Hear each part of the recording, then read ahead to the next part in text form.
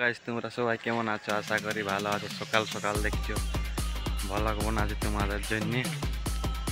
নতুন গান আসছে, এই যে পুরা মিক্সিং চলছে তোমাদের জন্য। আজকে এই বেলাডুর সময় আপলোড হয়ে যাবে, বাস তোমরা সাপোর্ট করতে থাকো।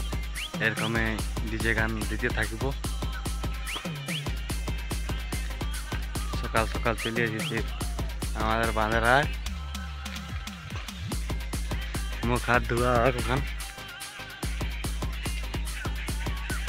মুখ হাত ধুয়ে বাস মিক্সিং করব, তোমাদের জন্য আপলোড দিয়ে দেবো। বেলাডুকে কীভাবে কি করব তোমাদেরকে একটু দেখান দিব।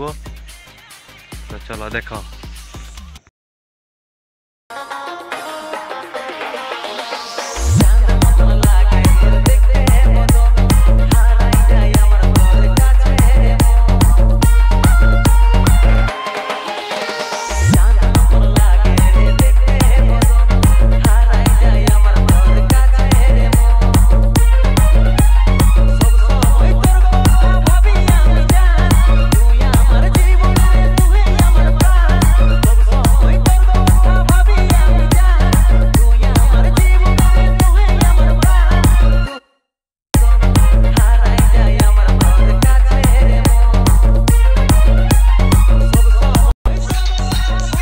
মিক্সিং চলছে,